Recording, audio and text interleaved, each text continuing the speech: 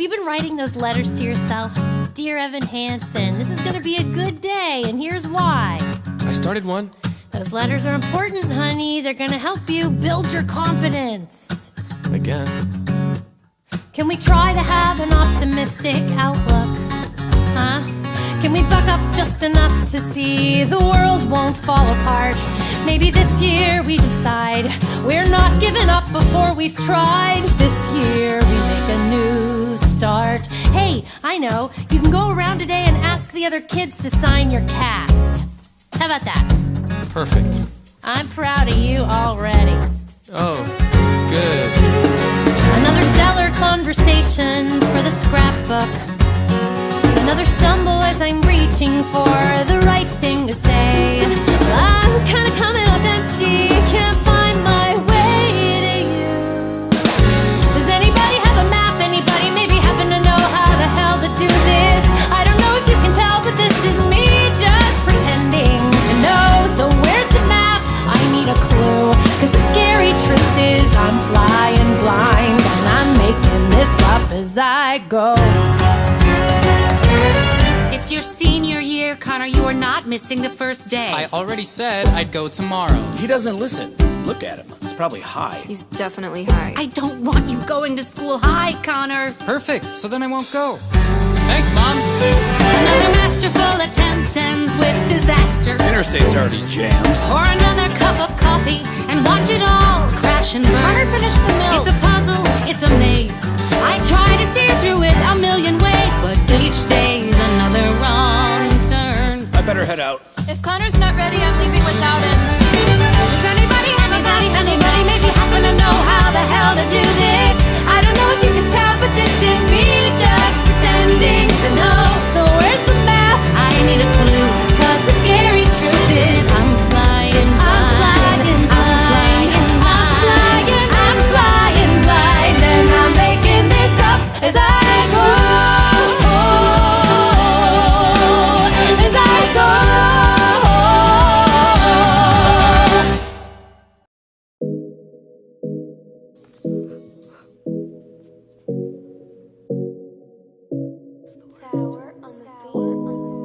Hey everyone, my name is Sierra and I am the founder of Sierra's in Theater, which is a blog. Hey guys, and welcome back to Sierra in Theater. For today's video, if you didn't already guess by the beautiful intro I made, I'm going to be going over Dear Evan Hansen. Some of you guys may know that I went to New York a couple weeks ago and I saw tons of Broadway shows while I was there, and so I'm going to be going over them with you guys, not necessarily just reviewing them or like critiquing them or anything, just kind of talking about different things I noticed and what I liked and what I thought was strange and all that fun stuff. So yeah, if you're interested in learning more about Dear Evan Hansen, go ahead and keep on watching. Full disclaimer, there will be spoilers in this because I'm going to go over the whole show. So if you don't want to know what happens in the show, then don't watch this video. I made notes. They were on my phone, but I used my phone to film, so I had to write them all down. So I have a page of notes that I'm going to talk about. And so the first one, starting off with pre-show, when you're sitting down in the theater for pre-show, they have screens on the stage that are completely covered in like Twitter, I think is what it is. I don't actually use Twitter really, so I don't know for sure, but it looks like Twitter, I think. And they have noises like binging or whatever, and every time a certain noise happens, which I'm assuming is the Twitter noise, a new tweet pops up, and so it keeps on refreshing with like new things every once in a while, and probably every 30 seconds or something like that they have a new tweet. But they also have other sounds like text messages or like Snapchats or like Facebook or stuff like other social media things. So there's constant like noise happening, and I was paying attention to the Twitter when I was sitting in there, and they didn't reuse any of it. It was new feed the entire time. Somebody sitting next to me said that they thought that they were real tweets, like celebrity tweets or something, which may or may not be true. I don't actually know, because I don't go on Twitter like I mentioned. I don't follow any celebrities on Twitter or anything else really, so I wouldn't know, but that's what they said they thought it was, which may or may not be true. I couldn't even really tell what the tweet said or looked like from a distance because they were so far away that like you can't read that. But that's what somebody said next to me, so that may be true. who knows? Something I noticed before the show started was that in those box seats you can buy where they're like up above everybody else and you can like, you're in your own little like box, which I guess would be why they're called box seats. One of them was like for a technician and they had their like booth thing, like all of their tech stuff sitting in front of them, and I think that they did the projections. I think that's the things that they were controlling, and I was watching him for like the 5 minutes that he was out before the show started, and I don't know, I was just fascinated by the fact that I could see a technician there. And when the show started, that's actually what I was paying attention to for a little while, like not was actually supposed to be, like I was supposed to be paying attention to on stage. I was watching him, and it was really funny because I could tell when something was about to change on the stage because you could see him get like a standby and he like put his hand and be ready to like press go, and then, you know, so I'd be watching him, and then like sure enough he'd push go, and then like something would change on stage, and I thought it was pretty cool to like see that happen. And then of course after like 2 seconds I realized like maybe I should stop watching the technician dude and I should probably start paying attention to like the actors on stage and like that stuff, because that's what I paid to watch, not a technician pressing go for the next 2 hours. That wouldn't be very entertaining. Though if I was learning something while it was happening, or if I could be on the intercom system while it was happening, that would probably be more entertaining to me, but that's not gonna happen. So the show, after I finished watching the technician and I actually started watching the show, it seemed very weird. Like the show just seemed like a strange vibe about it, and to be honest, when we were first starting the show I thought it was going to be terrible. Like the acting was weird and the music was weird, and I couldn't tell if it was the orchestra or the actors, but it sounded like they were off like beat. Like it sounded like the actors were singing at the wrong time or the orchestra was playing at the wrong time, or maybe both, like I don't know. It sounded off and I was so nervous there for like a minute or so, maybe 2, because I was just like, this is gonna be awful. Like everybody hypes this show up so much, why is it so bad? But like after the first song it instantly like picked up and was like way better, and all of that like weirdness at the beginning like went away and it became like absolutely amazing. So I don't know what that was. Maybe it was just like I said, one of the two was off, and so like it just kind of threw everybody off for a little bit, maybe, I don't know. But they fixed it really quick, and it was just like the first song mostly that was like a little weird. The next thing is I thought the tech was absolutely incredible. It like shook me beyond shakingness, which is actually one of the reasons I wanted to see Dear Evan Hansen on Broadway, because I get to see it at the Dr. Phillips Center when it comes touring through in Florida. So I was debating not watching it at Broadway because like I don't need to see the show twice necessarily when there are so many other shows I could be seeing on Broadway that I might never see. But I wanted to see it on Broadway because I heard that the tech was amazing, and I've seen videos of like their tech, and I didn't know how much of that the touring version would do. It looks hard, obviously, like a lot of things are hard that people do. I just didn't know if they were going to tour with that set. So I wanted to see it on Broadway to make sure I got to see it, just in case the touring version did not do it. But it was amazing. The tech was absolutely amazing. They had projections, which I'll talk about in a little bit later. And one thing that I thought was really cool, for 2 separate reasons, during the song they had like spotlights that would pop up on the stage, and the actors would be in like a line or in a circle or whatever, and like they would be standing in these very small pools of light. The reasons I thought that was cool was because like it just brought so much focus on the people and the difference between Evan and like the people around him. It kind of reminded me a little bit of like the way that Rin does it, except it's like poppy, like a lot more pop feeling, and it wasn't as somber as Rent. So Rent's pretty sad. The second reason I liked it, because this is something that probably isn't a professional problem, but at my school, me and the lights designer would always get so frustrated because people never stand in their light. And if somebody would happen to stand in their light correctly, we would applaud them because they just suck at standing in their lights. And so it made me chuckle that their lights were so much smaller than the lights that we had at our school, and they managed to stand in their lights, but never could in the shows that I stage managed or was in the booth for. So now I'm going to talk about the projections, because the projections were, I think, one of my favorite parts of the entire show, because they had like I mentioned, they were at the beginning, and then they played a role the entire time. I don't really know if there were any moments where the projections, there wasn't some kind of projection on stage. They had different kinds of projections, kind of. They had projections that were like projectors on like a maybe fabric or something, I don't know, like projections on something, and they also had like screens that would have been hooked up to like, I don't know, computers or something. I don't know how this stuff works, but they had like the both of them, but they managed to make it completely flow together, so sometimes you couldn't even tell that they were separate things and they were just together. And they also moved, so the fabric pieces, like the projector pieces, could slide on and off, so sometimes the fabric pieces like weren't even there and sometimes they were.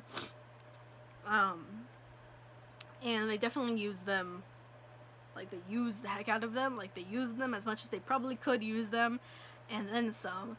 They used the projectors a lot, and I thought it was really cool, and I thought that it, to me personally, I really liked it because they could do different things with it, and they could pick and choose when they wanted to do what things. Sometimes they use the projectors to set like a scene, and they would, like, for example, have windows projected, and sometimes they use them to show like a computer screen, or sometimes they use them for a claustrophobic effect, or, you know, think different things like that. They kind of picked and choose when they use the screens for what, and I thought that was really cool, and it's a really good idea to be able to like pick and choose like what you're gonna do. They kind of did that in Mean Girls too, which I'll also be doing a review about later. They also did it for this show, and I thought it was really cool, and thought it was an awesome idea. Another thing I thought that was super cool about the projectors is that they also had the projections on the floor, so they almost all the time had projections like on the floor, like from straight down. A lot of the times it was Evan's letter, like the Dear Evan Hansen letter. A lot of the times they did these squares on the floor. I guess they were rectangles split into two squares, and I think that it was only when they were calling each other or like FaceTiming or something that they would like stand in these two rectangles and they'd be calling each other, which I thought was really cool. They had a certain projection for when we were going into Evan's room that would be set around his bed and stuff, so there were projections on his bed and all that. So I thought it was really cool that they also incorporated the floor into the projections and not just the screens, because, you know, having them against the wall was super cool, but then also having them on the floor just brought the whole thing together, and it made it feel like everything went together and that everything was being used to the best of their ability. When they were in different places, they had the screens do different things, kind of like I mentioned earlier. Inside the Murphys' living room or dining room, they had like windows on the wall. They did this for Connor's room. They did this occasionally, depending on what was happening, for Evan's room. They did this at the end for the tree orchard. Is that what it's called? Is that what they called it? I don't know. The end with the trees, they did it for that as well. So they would project certain things on the projections for different rooms. It wasn't always necessarily like a window, like for the Murphys' room or the Murphys' living room, or for Connor's room. They were like settings. For Evan's room, it wasn't necessarily a setting, like you didn't always see like windows. They also would just put colors to like make you feel like you were in the room, or they put like his computer screen on it or whatever, which I thought was really cool. I kind of mentioned this already a little bit. They projected Connor's computer onto the projectors, or the projections, screens.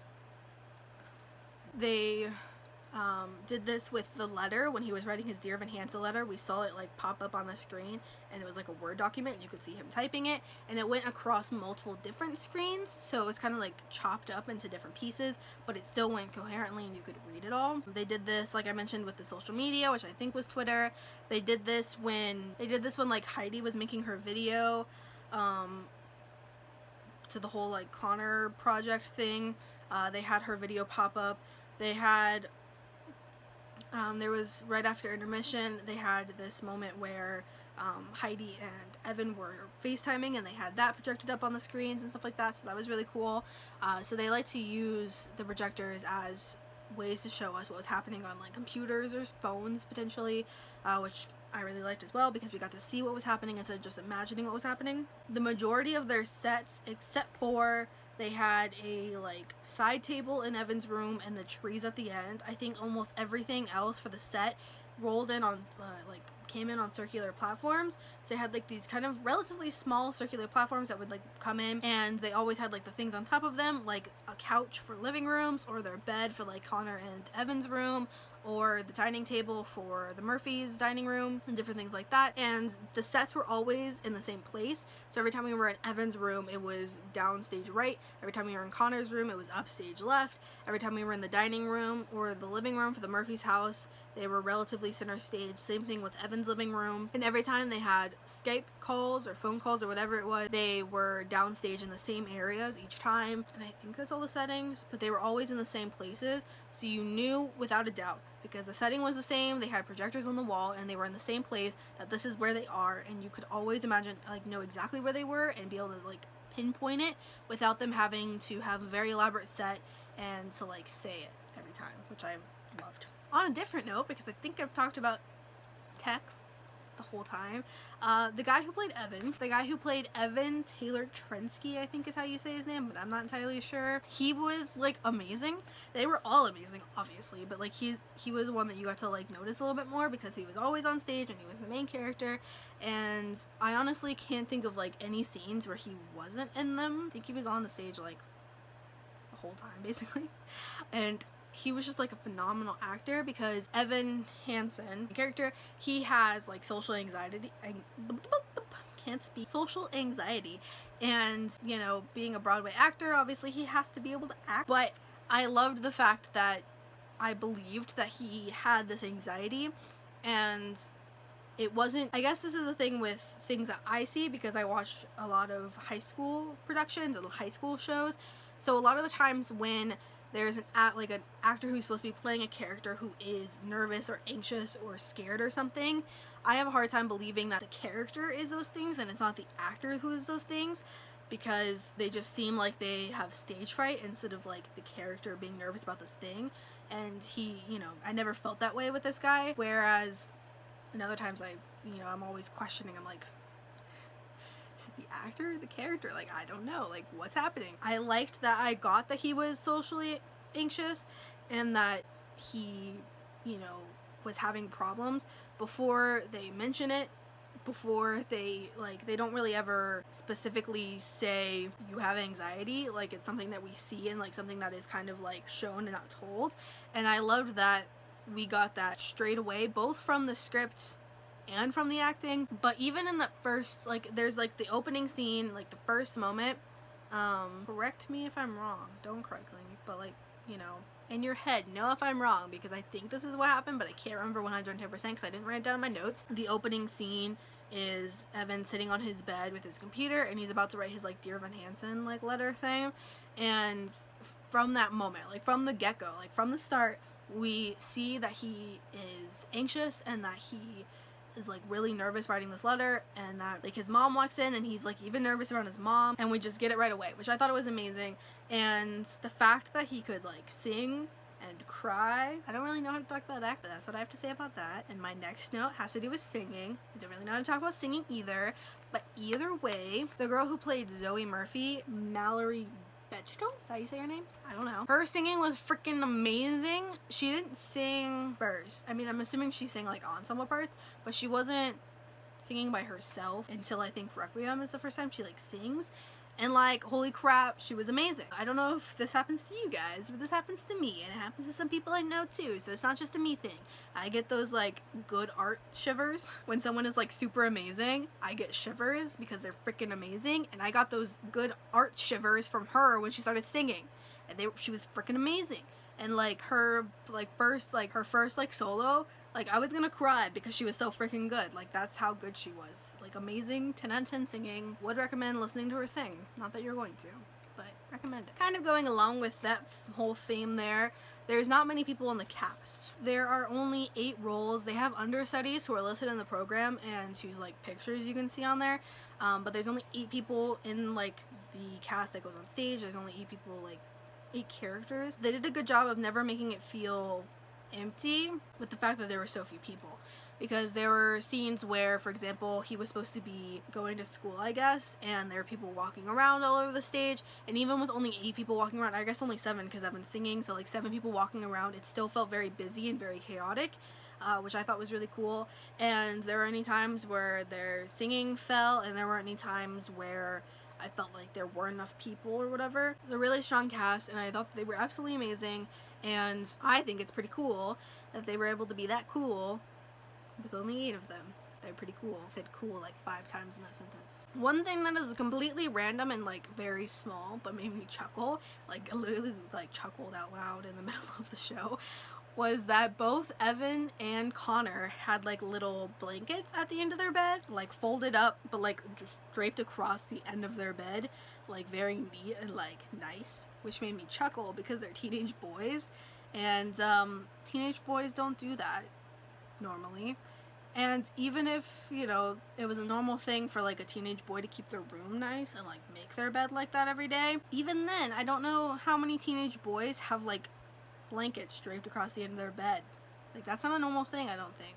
It's like a thing in hotels, maybe. Maybe if my mom's feeling special that day, she could pretend, not my mom, like a mom could do that. But like, I don't know if teenage boys would do that. So that made me chuckle. I thought that was an interesting choice for their beds.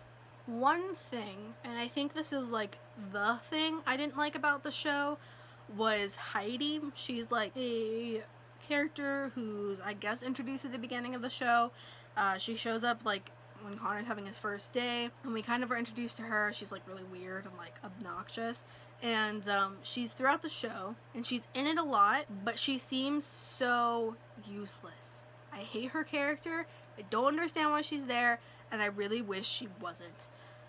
The only reason I could possibly see why she would be in the show and like actually make sense was if the show was trying to make a point about the whole thing where when, you know, people commit suicide, especially in places like high schools, people act like they knew them and they find whatever way they can to connect themselves to that person. So it's like, I think she says something about like, yeah, we were lab partners in chemistry 2 years ago, and like he was in my 11th grade math class, or I think it's English or something, I don't know. And so she finds these ways to connect herself to Connor, even though she never talked to him and did not know him, and they were not friends. And she talks about it a lot. She posts on social media saying like, hey, if anybody needs to talk about Connor, I'm here, like we can talk about him together, like I miss him too, like isn't it so sad what happened, and like that kind of thing. So I think that the only reason she's even remotely useful in the show is to make that whole point about people pretending like they were friends with people who killed themselves after they're dead, instead of, you know, being friends with them while they were alive and like making sure they didn't kill themselves. I feel like that point is kind of already made across when he's Skyping with Alana. One thing I really, really hate, I cannot stand, is Alana, who is Evan's friend, I guess. I feel like that point could have very easily been made with Jared and Evan. Granted, Evan isn't really the best case because he has a lot of complicated situations in which he ends up pretending like he was friends with Connor and doesn't ever mean for it to be public. And so I don't think that Evan is being that way. I don't think Evan had that intention in the first place.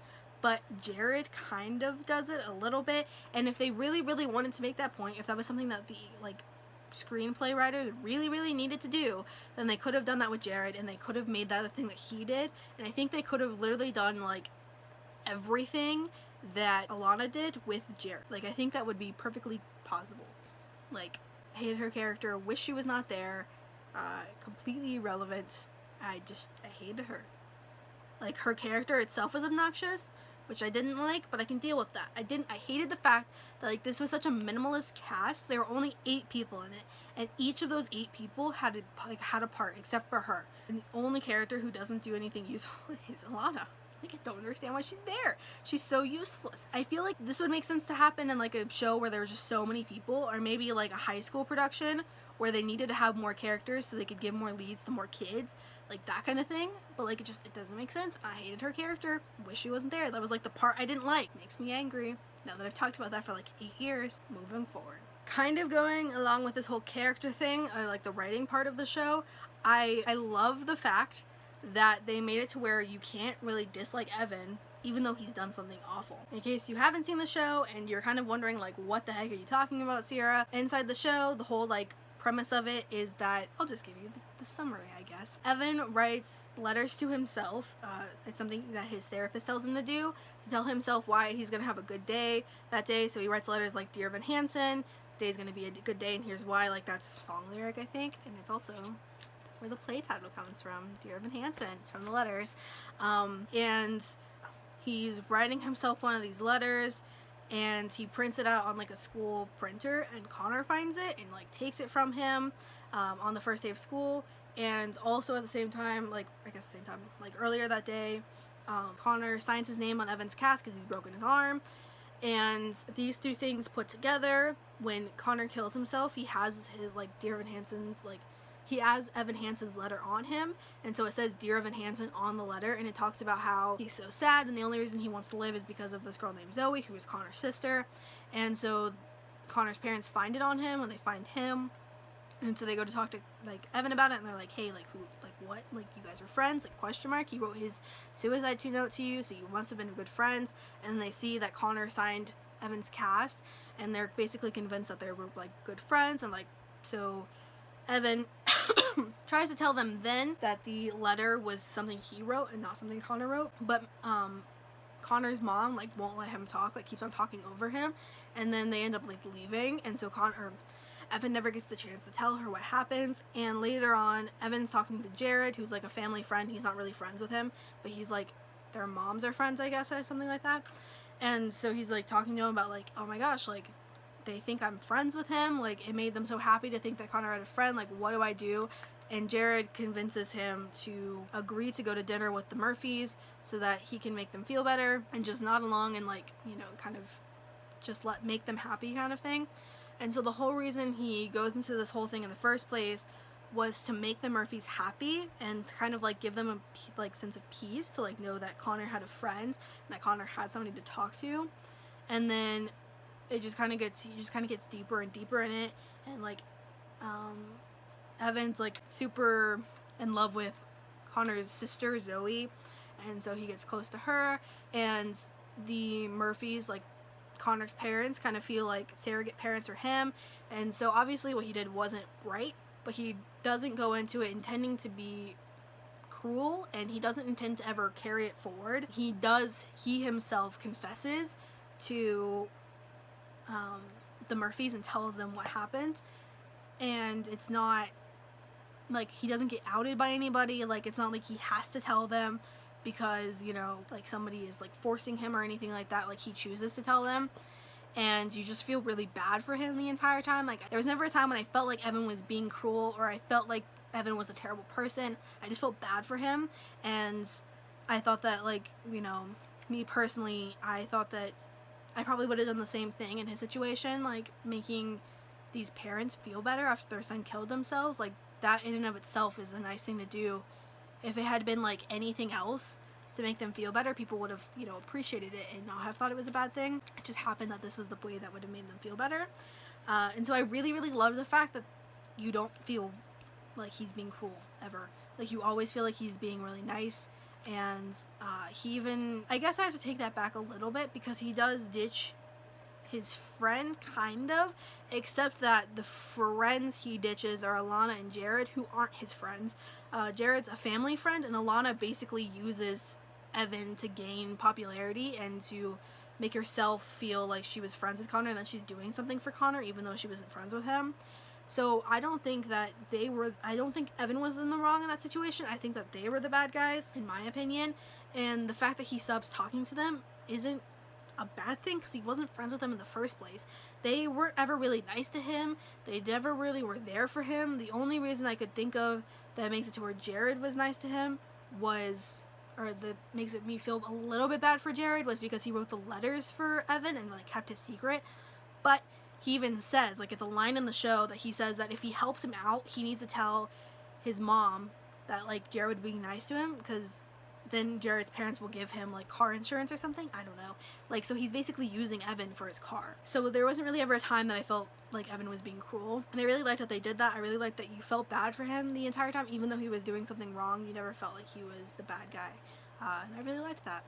Thought that was cool. I really liked this part of the show that I'm about to talk about, because and this is the scene where Evan is talking to Connor, and they're having a conversation about, like, Evan wants to tell the Murphys, like, what happened. He wants to tell them that he wrote the letter and that it wasn't Connor's letter and that they weren't friends in the first place. He's like, I feel like this has gone on too long. I feel like I should tell them. And Connor, in his head, like, Connor is dead at this point, but Connor is in Evan's head telling him, like, you can't do that because these are the only people you have in your life. Like, they're the only ones who have ever truly cared about you, and you truly care about them. And if you tell them, you're going to lose them, and you can't lose them.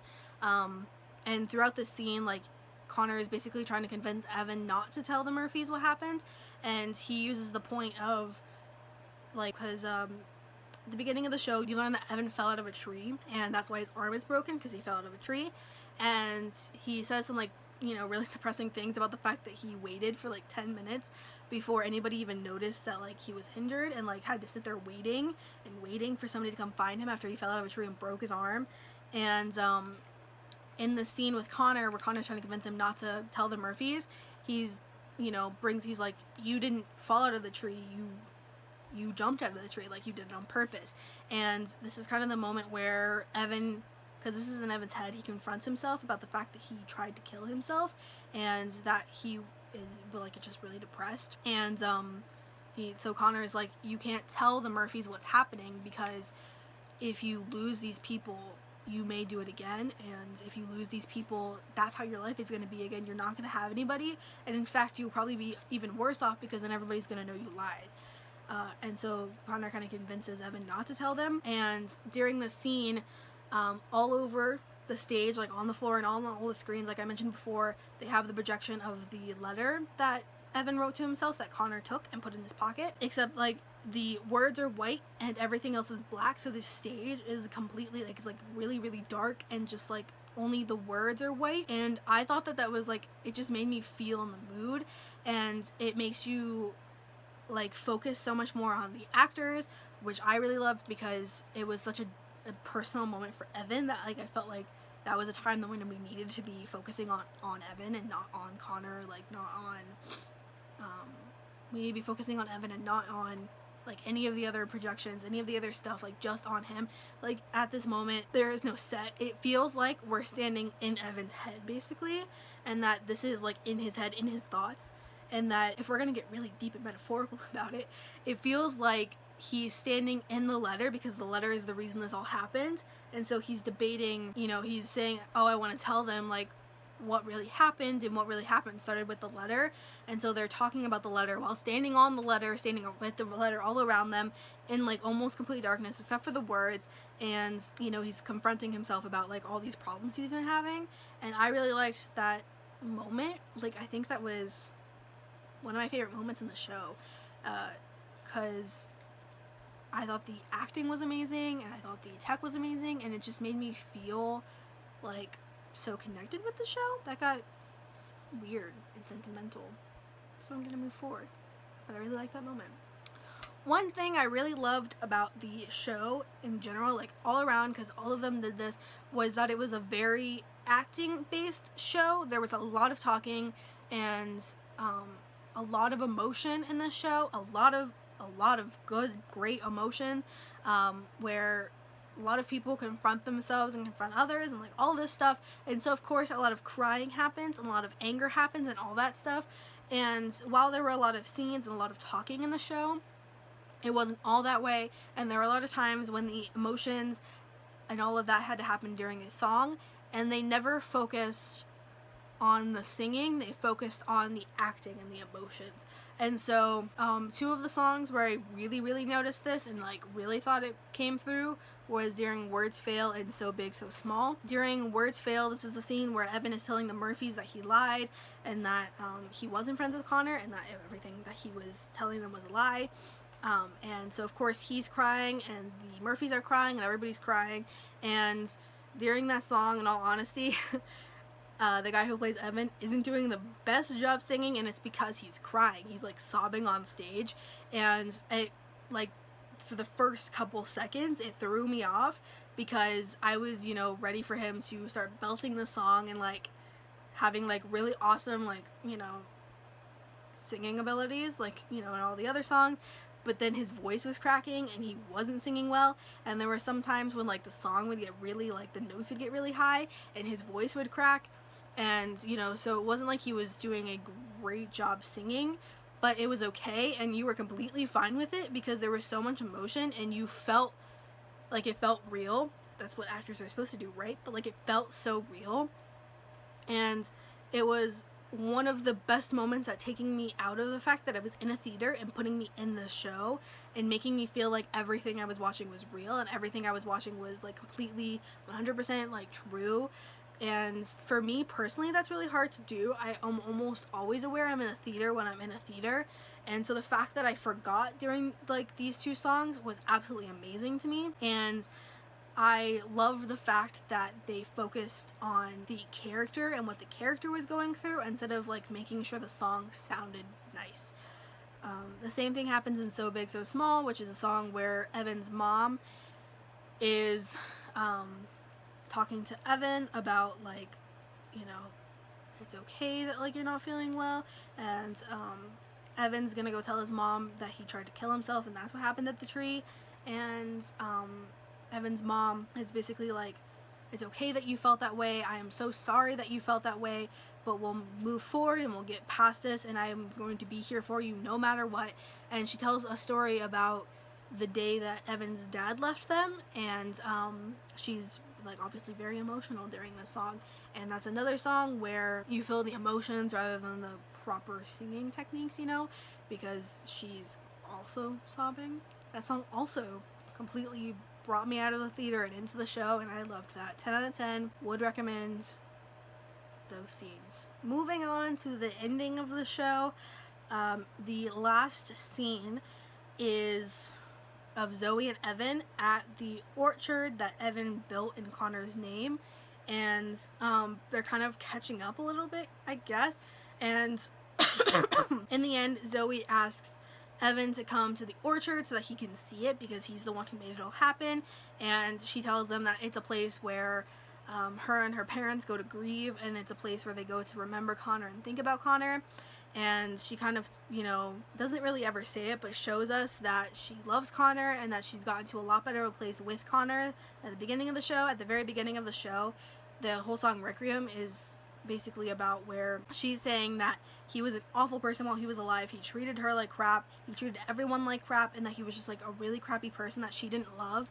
And so she doesn't understand why she should feel sad that he's dead when he was awful to her and awful to everybody, and she didn't love him and like is not sad at all. And she ends up basically loving him in the end, kind of like falling in love with a brother, I guess, like in a brotherly way. She learns to love him, and we, you know, see that at the end when she's basically saying like, yeah, I come here to talk to my brother, think about my brother, to be with my brother, you know. And so we see this kind of happy ending for Zoe. It ends up being a happy ending, and I guess for the parents as well. Throughout the show, we learn that Zoe's parents and Zoe and Connor's parents are fighting a lot, and that like she's pretty sure that they're going to get a divorce basically, and this whole Evan situation kind of saves their marriage in the end. And so it's a happy ending for Connor's parents because they stay together and they end up loving each other still and again. And it's a happy ending for Zoe because she learns to love her brother, and she ends up, you know, she is okay with the fact that he's gone, but she's still upset, or she's still sad that he's gone. She still misses him and she still loves him. But it's an awful ending for Evan, kind of. And it's also kind of a happy ending because this is a year later, and so he has gotten a lot better and his mental state is a lot better, and we learn that he's doing really well. He went off to college and he's doing awesome in college, and that he's in a lot better place. So in the end, each person individually is happy and is in a better place than they were when the show started, but all the characters mixed together are not in a good place because Evan never gets back together with Zoe. Like they aren't together, and they aren't going to be together. Like, you know, I don't think she ever really forgave him, and I don't think the Murphys, like the parents, did either. So he doesn't get his fake family back. He doesn't really ever, you know, he apparently hasn't talked to them in a year, so I don't even know if he had much closure even when Zoe invites him to the orchard. So I like that they didn't make it this romantic ending where, you know, Zoe forgave Evan and like the family forgave Evan and they're all back together. I like that, you know, it shows that people get in better places if they have time, and I like that it shows that aspect of it. And I also like that they didn't end up together, because I don't think that that's something somebody would forgive someone for, and so I like that she didn't forgive him, and I like that the parents didn't forgive him. I don't like cheesy sappy endings where everything just happens to work out perfectly. I like endings that are more, my sister likes to put quotation marks around it, realistic endings, where the logical thing that would happen happens, and this show is definitely like that. And another thing that I really liked about the show is that obviously there's a message. It's a show about a kid who kills himself and what happens afterwards and the ways that that affects everyone around him.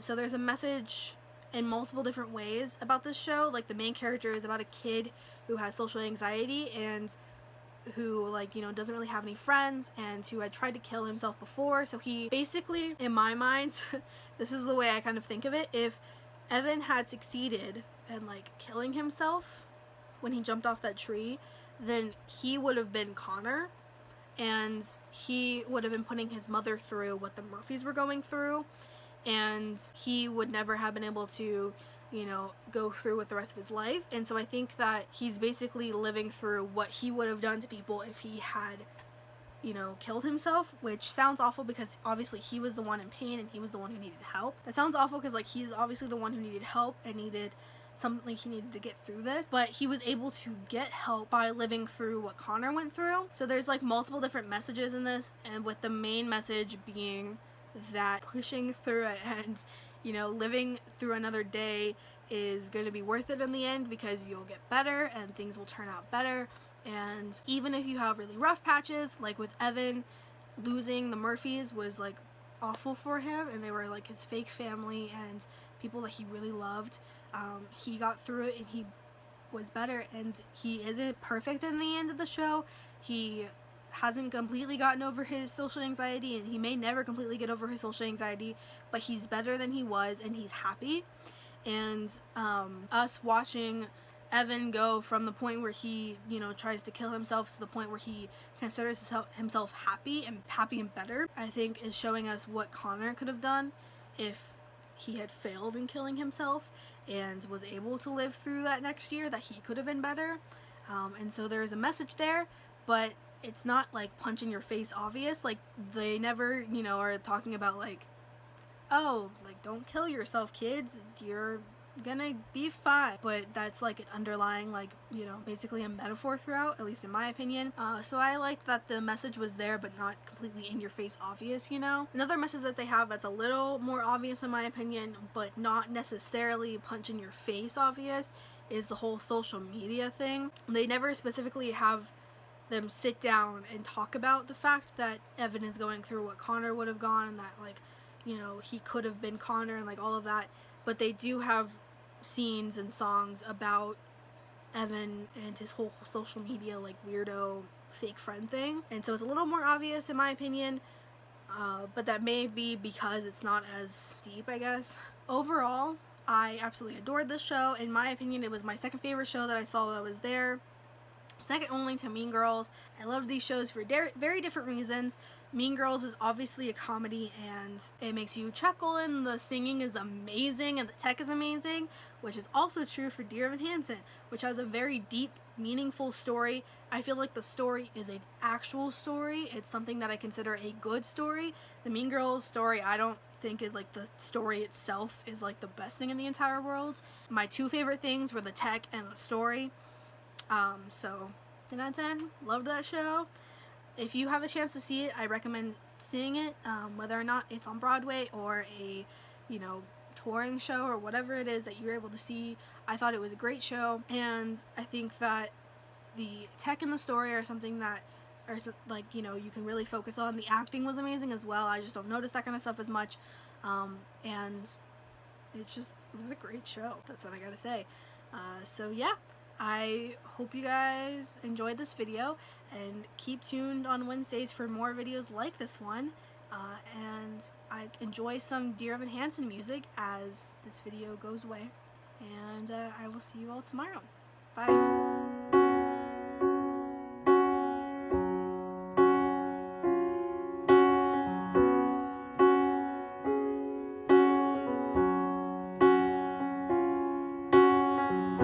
I don't need you to sell me on reasons to want you. I don't need you to search for the proof that I should. You don't have to convince me. You don't have to be scared you're not enough. 'Cause what we've got going is good. I don't need more reminders of all that's been broken. I don't need you to fix what I'd rather forget. Clear the slate and start over. Try to quiet the noises in your head. We can't compete with all that. So what if it's us? What if it's us and only us? And what came before won't count anymore or matter. Can we try that? What if it's you? And what if it's me? And what if that's all that we needed to be? And the rest of the world falls away. What do you say? I never thought there'd be someone like you who would want me. Well, So I give you 10,000 reasons to not let me go. But if you really see me, if you like me for me and nothing else, well, that's all that I've wanted for longer than you could possibly know. So it can be us, it can be us, and only us. And what came before won't count anymore or matter. We can try that, it's not so impossible. Nobody else but the two of us here, 'cause you're saying it's possible. we can just watch the whole world disappear. Till you're the only one I still know how to see. It's just you and me. It'll be us, it'll be us, and only us. And what came before won't count anymore. We can try that, you and me. That's all that we needed to be. And the rest of the world falls away. And the rest of the world falls away.